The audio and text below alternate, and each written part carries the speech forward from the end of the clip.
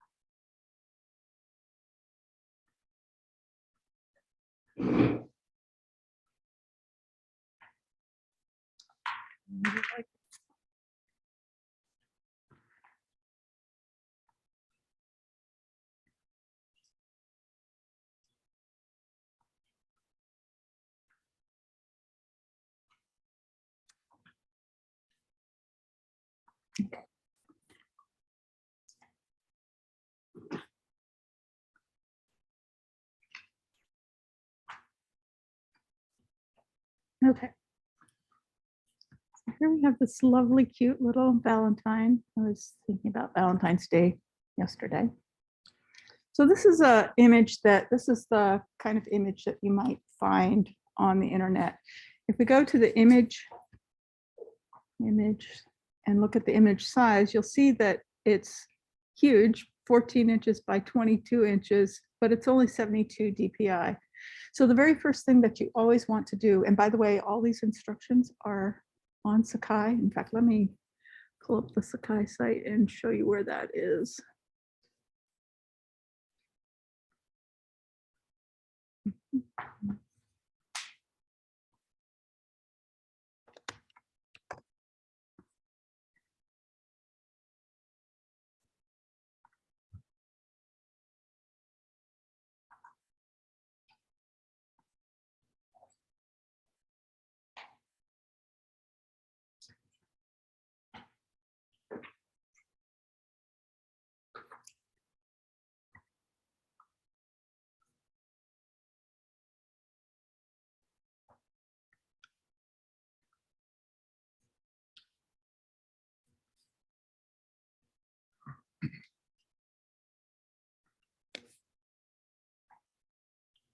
Okay, so if I go, I'm sharing both these things. Let me go back to. So if you look in the assignments folder on Sakai, and I have put all of we're in project number 2, all the technical for project 2 is right there. And this is what we're doing right now. And this top document is the one that I'm more or less following here. All right. So just so you know where that is, but back in the main sections, there are also some videos. Different people do it ever so slightly differently, but I think the end result is ultimately the same. So these are just another resource for you. All that stuff is also in this technical folder. If you, for some reason, can't find it, but I try to copy the things that are pertinent to a specific assignment in your assignments folder as well. So that's that. And I'll leave that as a place to get to.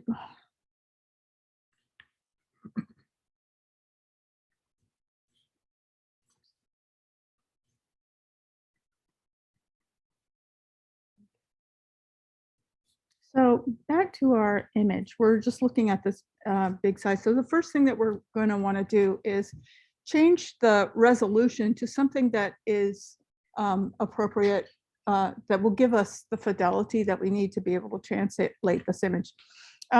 Because we're changing it to a halftone, we don't have to be quite so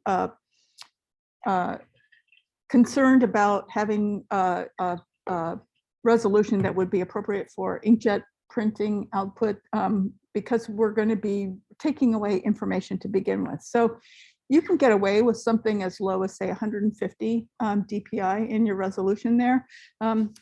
So if I get that, then if I use 150, then I'll have an image that is with the same information in it, is now sized to be about 10 by 7. I'm going to make that just a little bit smaller. I'm going to make it like 8 inches tall, so 8 by 5. So that's more like a greeting card size, maybe even a little bit bigger than it probably was. But we'll go with that, and that gives me a 200 DPI resolution, which is it's comfortable. You can artificially inflate the resolution, and again, because we're converting it to a halftone, we're not going to be bothered by this artificial inflation of the DPI. And just to remind you, the reason to have a higher DPI, higher resolution in your image is because that's defining the pixel size that makes the dot of the halftone. And the higher your resolution is, the smoother that dot is going to be. But as you can see, this was a fairly, in these images, this was a fairly coarse halftone. It was probably 35 lines per inch, which is pretty nice. And I can't see the edges of the dots. They're pretty small. So this is just sort of my personal knowledge of what's happening with that pixel and my actual factual ability to see that pixel is there's space between that and in reality, not my head though.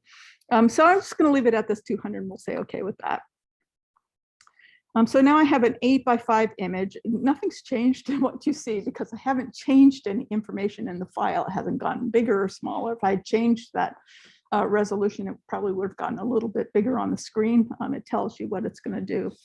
So if we're looking back again at what's happening, the next thing that we're going to do is check the mode. So right now, when you get things off of the internet, usually they're in RGB mode, which is what's appropriate for looking at on your computer screen. Computer screens deliver information with light, and the color system for delivering color in light is RGB, which stands for red, green, and blue. We want to convert this to CMYK, which is cyan, magenta, yellow, and black, which is what pigments are made of. That's how pigments communicate color. So in your inkjet printer, you have a cyan, a magenta, yellow, and a black ink. It's the same color theory that's making your inkjet printer work as what we're going to be doing with this. Inkjet printers, however, print separate cyan, magenta, yellow, and black layers, but they print it with a very, very, very fine little spray of dot, but it's still a dot, but it's so small relative to our eyes that it feels like a continuous tone image. So that's where the technology in inkjet printing has just basically taken over any other kinds of reproduction. In fact, digital printing in industry has at least matched, if not surpassed, offset lithographic printing as a way to print things for consumption. Some of you might know that there are places where you can have on-demand printing, and most of the time that's digital printing because you only have to print one at a time. You don't have to print, just like as you have experienced with screen printing. If you're going to print multiples, you want to print all of the yellow and then all of the blue and then all of the magenta. So you want to print a bunch at one time. It's harder to make one at a time. So anyway, that's why digital printing, as far as commercial printing, is ultimately going to displace anything else, I'm pretty sure. So anyway, we're going to change this to CMYK color, and we're going to get this pop-up box, and it's going to say it's going to change the look of my color a little bit. And if you watch the screen, it will change things just a little bit. They'll get slightly more dull. We'll see if that happens. Not very much. It's basically saying that what's happening when you do that is that it will lose some of the edges of color that are not visible in the CMYK in a printed color space, whereas we can see a lot of digital colors on the screen that can't be reproduced with pigments. So that's what usually gets lost in this. This is a card that was originally printed, probably CMYK offset printing, so it probably didn't have those what's called out of gamut colors to begin with. So, so we're at this place. So now we have the image is defined in the way that we ultimately want to define it. And if we go to this channels palette, you'll see that we have the total CMYK images made up of cyan, magenta, yellow, and black. And if I turn off the images, you can see what the different channels, you can see this is what the black layer looks like by itself. Here's what the yellow layer in black, but when I put the black on, see it flips back to yellow.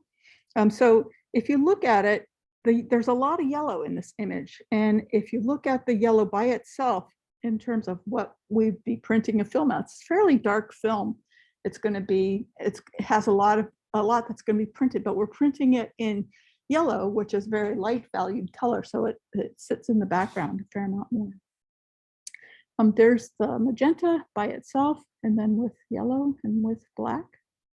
So this is your print, kind of previewing your print. And there's cyan by itself. And it's interesting to look at them all separately to see how those things look. So you're probably wondering, well, how do I get from there to actual film? So the next thing we can do is go to the menu on this channels, and then we go to this command that says split channels. And that creates 4 different files with the original name, and then with the different colors. So this is what we're going to make our halftones with. Do you have to put in the ink in a certain order? Typically you print yellow first, and then magenta, then cyan, then black. You go from light to dark. But there are, that's the, if you want fidelity to a photograph, that's usually the direction you go, but there are many reasons to do things differently. I think on one of these, and I think this one, he changed the yellow to be a much more golden yellow instead of with so much red in it. So it wasn't the same yellow that he printed there. So you can print any color you want, and that might be a way to kind of play with the image and mess up the image and do some different things. So anyway, when we go back to that,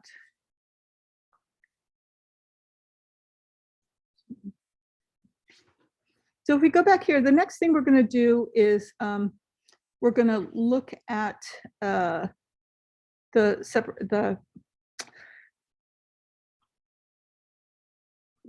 one of the things that sometimes when you're printing with ink,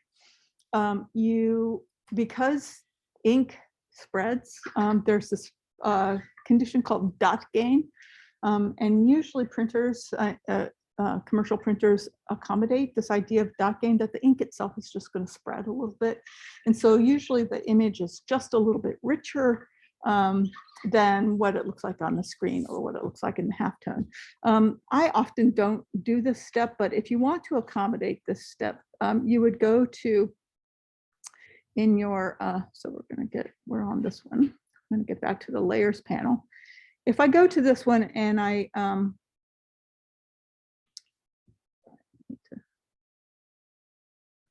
the real estate on the screen here.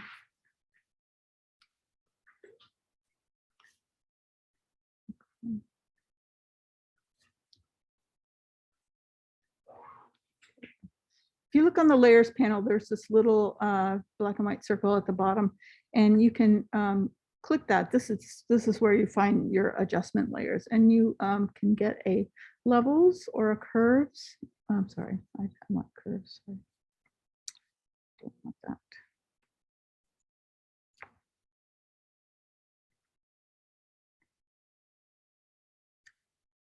That occurs later. And what I'm going to do is bring this down slightly, and that will, you can see how it's clipping the black a little bit. It's making the black go just a little bit lighter. And what that's going to do is it's going to just make that black, instead of black, solid black, it's going to make it a very dark gray, which will basically just make it a little bit lighter there, so that it then, when it gets the dot gain, it kind of comes, it reclaims that amount of color. That's it. That's all you really have to do. Sometimes people will also adjust the gray in the middle just by pulling a center line down a little bit to again lighten that middle gray, but it's not going to be to the same degree. I usually find that if you just pull this top end, you're pulling the whole slope down a little bit, and it's less and less as you get towards the bottom. So that's that. And once you're good with that, you're going to flatten the image. And then again, back to the. So after you've done that, you are going to make the halftone. So one of the things to know about is that each of the different channels will be set at a different angle, so that when they overlap, they create this very specific, I'm just going to get closer in on that. This pattern that looks like almost little circles is called a rosette or a rose pattern. And that's what these different angles that are being set will make ideally in an ideal picture. So if you look closely at this one that's printed here, you'll see that little rosette pattern where all 4 colors are being layered. Any of these dark areas, this border has it. So you can come look at that in a little bit. So we're going to first check the image. We're going to look at the mode. We're still in grayscale. That's what we want. So we're going to go to bitmap. And I'm going to leave that output to 360 because, and 360, if you recall, is a factor of the capacity of our inkjet printer to print. So having something that's a factor of the 720 or the 1440 DPI output resolution will prevent interference patterns, moire patterns coming from the inkjet printer, from the output device. So that's why I like to use 360 as my output device. So this is where we're artificially inflating the resolution of this image. I have to use the same resolution on all 4 of those channels. So if I had changed the original image to 360, that probably would have been a slightly smarter step to do that, so I wouldn't forget to. So there would be less opportunity for making a mistake and having different output resolution. So I'm going to say okay to that. You want to make sure the use method says halftone screen. And say okay to that. Frequency is where tells you how big the dot is going to be. I recommend for beginning screen printers to try 25 or 35 LPI lines per inch. That's just going to be a little bit easier to print. You'll have less problems with that dot gain if it's going to be a problem. You know, if ink bleeds, then some dots start connecting each other, and then you get these big splotches. And the finer your halftone dot is, the more possibility for that to happen is. I'm not a great halftone printer, but it really does depend on how good your flood stroke is, how crisp your pull is. And my colleague Bob Goldstein, who teaches with me in the art and science class, he's an amazing halftone printer because he does it all the time. But anyway, so I'm going to change this to 35. One, because I'm 20, I'd go 25 if I was going this scale, but because it's, you know, relatively small image, I think that 35 is going to give me something that still is pretty faithful to the image, but won't be really super hard to print. So I don't know, I kind of default to 35 for myself often. The angle that you're setting are those angles that we were talking about before that are specific to color. So if we're looking at Black, we want it to be at 45. Magenta is going to be 75, cyan 15, and yellow is going to be 0. There are different sets of numbers, but basically they're 15 degrees apart, more or less. So this is what we get for the black. And so if we zoom in on this, you can see we've got that nice halftone on the black. So we'll do the same thing for the yellow. So image mode, bitmap, 360 is okay. Frequency is 35. The angle for yellow is 0. We'll say okay for that. So again, there's our yellow layer. And then magenta.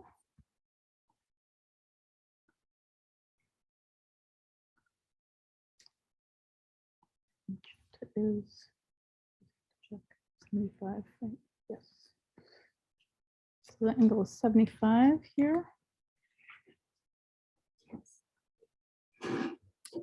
And then last but not least, we've got cyan.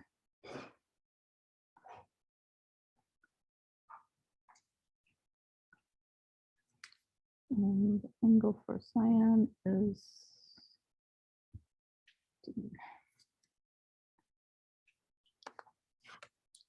so the one thing I didn't say, and that some screen printers are religious about, is that you also have this shape that you can choose. You want it to, again, be the same for all 4 of your channels. Round is the convention, but often screen printers will choose ellipse just because it's slightly less of a grid, and it helps when it's sitting on the screen and then the grid of the mesh of the screen. It's again something that can help with moire patterns that might occur if you get something on your screen a little askew or something. So so anyway, with this frequency though, the 35, anything kind of 35 and down, any 35 and bigger, so 35, 25, 15. The smaller you get, the bigger the dot. At that point, you're getting beyond the scale of the moire pattern to happen. That the scale of the mesh and the scale of the dot are so different from each other that they're usually not going to have that interference. So that's another advantage of going bigger. So anyway, we're going to stick with round since I did all the other ones with round. So one thing to also know about what your screen can possibly do. Go back to the document.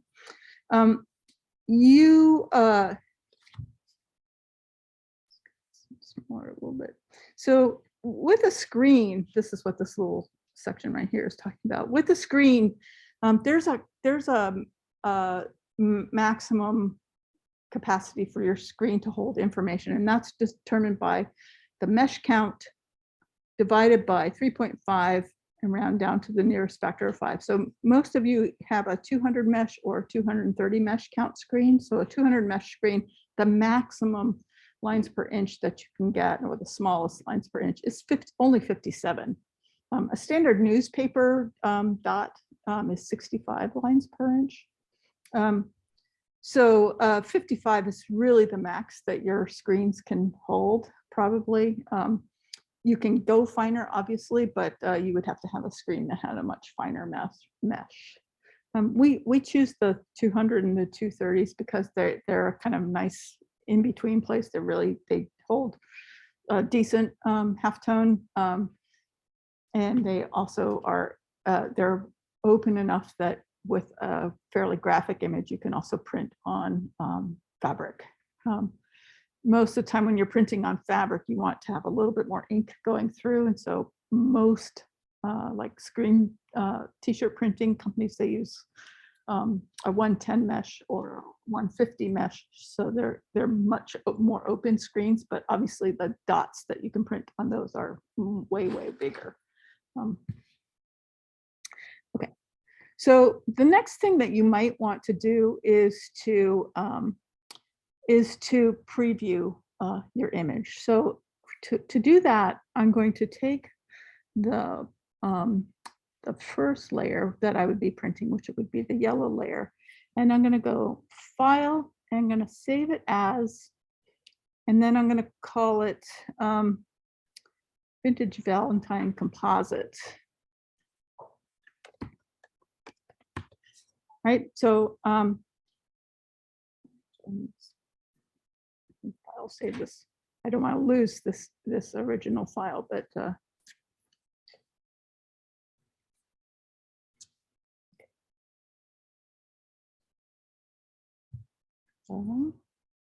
save as, not composite.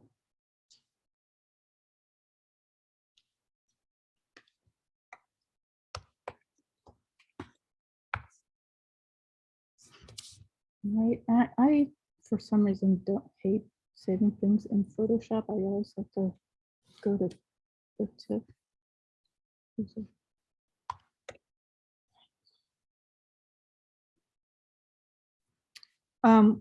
No compression, interleaved, depending upon what kind of machine you're on. Choose IBM or Macintosh, and say OK to that. So the next thing I want to do is go to the next color I'm going to print, which in this case would be magenta. I'm going to select all, and then I'll copy it, or Command C, and then I'm going to paste it. Put it, paste special, paste in place. So that's just putting it.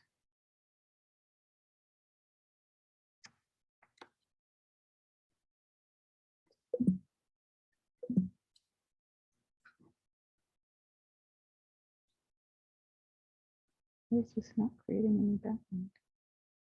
Maybe just have to manually add a layer. No, it usually does it by automatically. Oh, I know why. So, sorry. Image. While I'm in this composite image, I want to get it into grayscale again. Sorry. That is the main problem that I forgot to do. I have to get all of these back into grayscale. Image mode, grayscale. It comes up with the size ratio, and you always want to say 1. That just basically says it's not adding any more gray information, just maintains the binary black and white. Image mode, grayscale.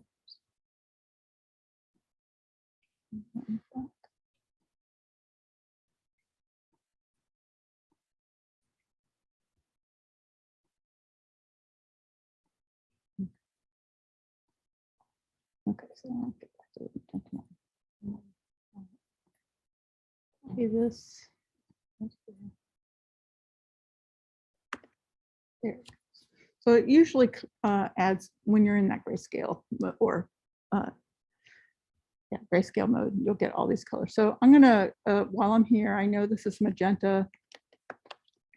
I'm gonna just label it this one instead of being background. I'm gonna call it yellow.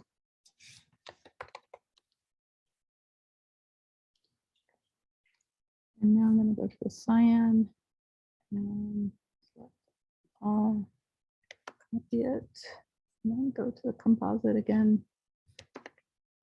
And you don't have to do this. You could have just gone and printed your transparencies right from there and just trust the fact that you'll be able to align everything.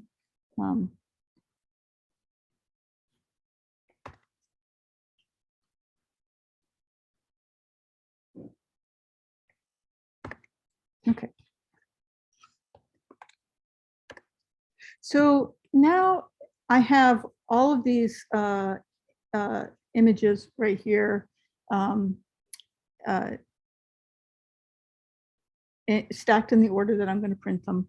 And I can use Photoshop to actually preview things. And I also can use the capacity of Photoshop to add a registration guide that will help me align things perfectly.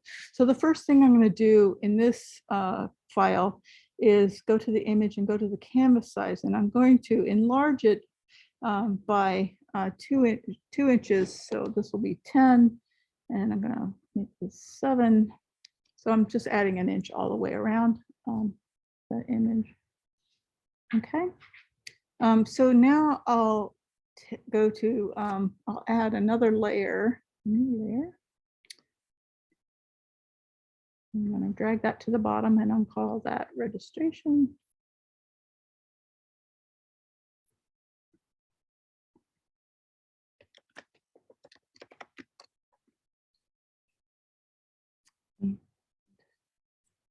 Then I have this registration mark symbol that I grabbed online, and I'm just going to copy that.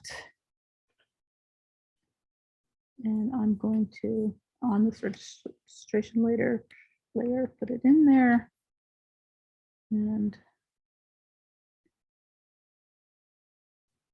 let's turn these off so you can see what I'm doing here. I'm going to put this down at the bottom, and I want it to be fairly small, right? I want it to be centered. And I'm just gonna, now that I have that the same scale, I'm gonna copy that and then I'll paste it again. I should have.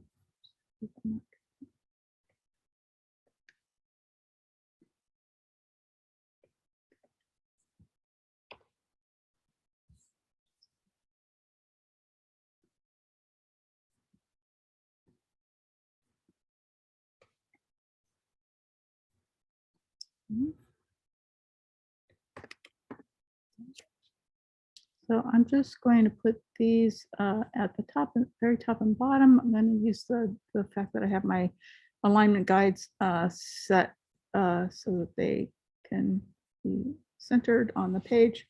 They're just sitting at the top and the bottom. So now I can take these two different layers that have registration marks, and I will collapse them down to a single layer that's called registration. So now I can turn these guys back on again, and you'll see that they have all the same pair of registration marks visible. And so when I get to printing the films, I'll just print them one at a time. Like, so this would be the black layer, and then I'll turn off the black and turn on the cyan, and I'll print the cyan, and I'm getting the same registration marks relative to those images each time. So I would just go through and check that. And so I basically, again, I'm printing the same two registration marks in the same position relative to the image for each of the different channels. So that's, if I was ready to go to printing, this is where I'd stop and I'd go to the computer and I'd print each one of those. But the other thing that's kind of handy here is that you can also preview your entire final image by using some adjustment layers. So at this point, we'll have to go to the image mode and change it to CMYK color this time. And we don't want to merge anything. We want to keep it as different layers. So now I can go to, say, the cyan layer, and I'll go down to this adjustment layers, and I'll add a hue saturation layer to it. And the one thing I want to do is make sure to click this little thing that says only talk to the layer just below it. And what you want to do is click this colorize button. You want to put the saturation all the way to the top, and you want the lightness to be somewhere in there. I have to turn off the black layers for you to see that. So so here we are. So and then I have to adjust the hue to get me into cyan.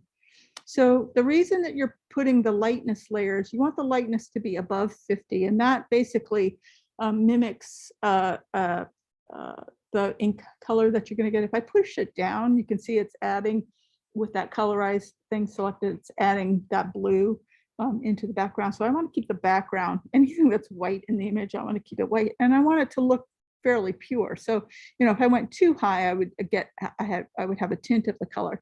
If I get in here, that you can see that you know, at 23, it's a blue that has some black in it. So if we're just looking at what we want to mimic, which is the process colors, process cyan, it's somewhere above 50, between 50 and 60, something like that.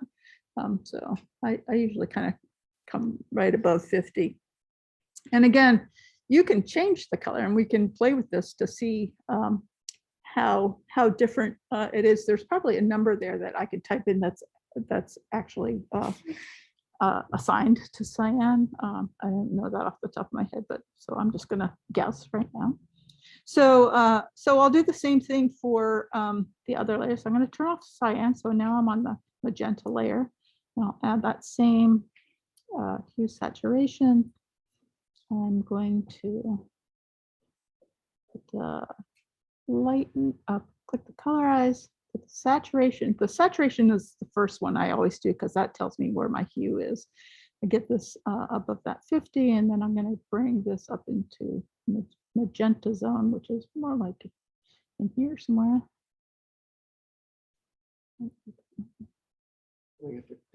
And yep, thank you.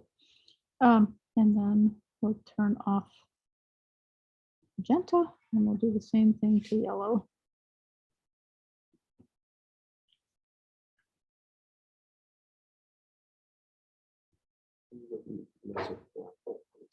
No, black is black. So light, oops, it's up there, saturation high, hue to yellow. So the yellow out of the can is probably somewhere in here. And I also want it to be just yellow, so that makes my little registration thing correct. So now, the one last thing I have to do for everything to be able to see the layers beneath it is to change the named layers from normal to multiply. And that just tells it to combine with the layer below. So cyan has to be also a multiply layer, and magenta has to be multiply. So there we are, back to our very original image. Pretty much looks like what I had in that original, wherever that is.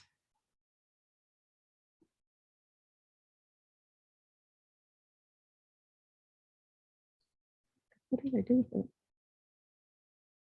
Well, but anyway, that's looking pretty good. So I can, obviously, I could go back to any of these and play with the ink color a little bit. So if I pushed, this is the hue saturation for the cyan. If I push that more purpley, you can see what just changing the quality of the cyan ink. You know, I could kind of preview some shifting ink colors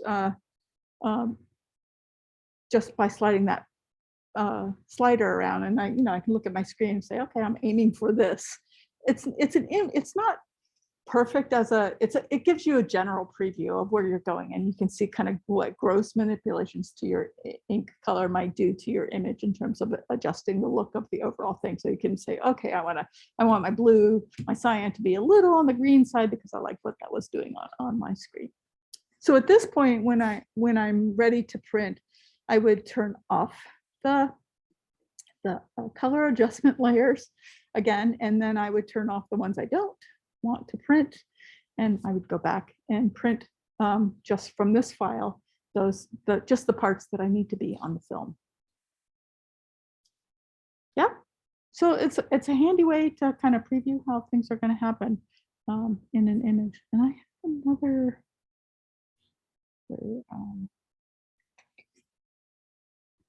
Are you going to be uploading these Zoom recordings to? I can, sure. The handout's pretty straightforward, but I certainly will upload this.